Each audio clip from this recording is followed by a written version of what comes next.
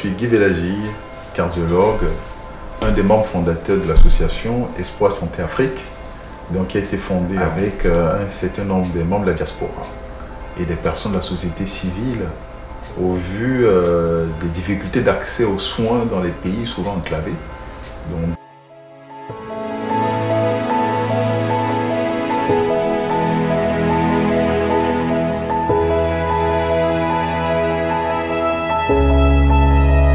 on aura un centre pluridisciplinaire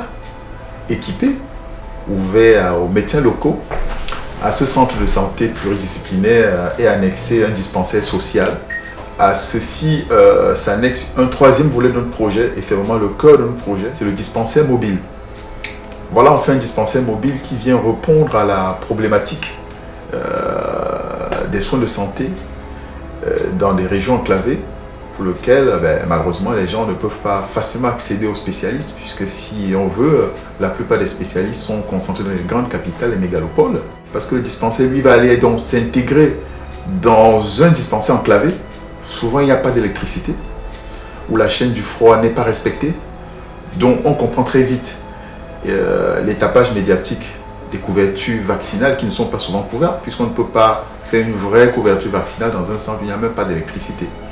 Donc le dispensaire mobile vient donc apporter une synergie aux actions du ministère local de la santé. Donc c'est pour ça qu'on va aller vers un accord cadre avec le système de santé en place et apporter un petit dispensaire qui sera connecté par la télémédecine. Donc voilà un projet à 4 volets, dont un centre de santé pluridisciplinaire, un centre de santé sociale, le dispensaire mobile et la télémédecine, qui sont donc liés sur un modèle économique de cercle vertueux. Un médecin au bout du monde peut donner un avis sur un avis de télé-expertise sur une image de dermatologie de ce papa qui est parfois dans une ville très enclavée, ou cette maman, souvent c'est des femmes en majorité, et qui n'a pas malheureusement accès aux soins. Donc on va donner un premier avis en disant voilà, finalement, au lieu de faire 450 km de route souvent accidentogène, voici les premières choses à faire déjà chez vous. Et après, via le réseau de télémédecine, on pense plus loin, qu'on va connecter les spécialistes locaux, et c'est là où le projet est inclusif. On ne fait pas un projet copier-coller ailleurs pour venir dans des environnements en Afrique subsaharienne, dire qu'on est les plus beaux, les plus forts, alors qu'on a des compétences locales.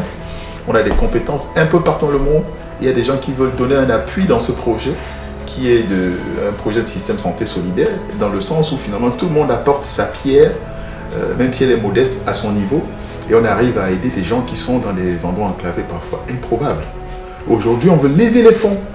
pour l'acquisition de ce dispensaire mobile qui va être vraiment le pilier de cette action de soins de santé solidaire, pour lequel tout le monde se sent un peu concerné, puisque finalement, en donnant 2 €, en donnant 10 €, en donnant 50 €, et pourquoi pas plus, on arrive à mobiliser des fonds pour faire un dispensaire mobile qui va aller dans les régions enclavées, apporter des soins de santé. Vous qui m'écoutez et qui aspirez aussi à nous soutenir dans cette idée de santé solidaire, votre adhésion sera la bienvenue, puisque une adhésion aujourd'hui, ça permet,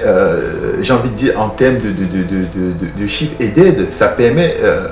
de mobiliser une journée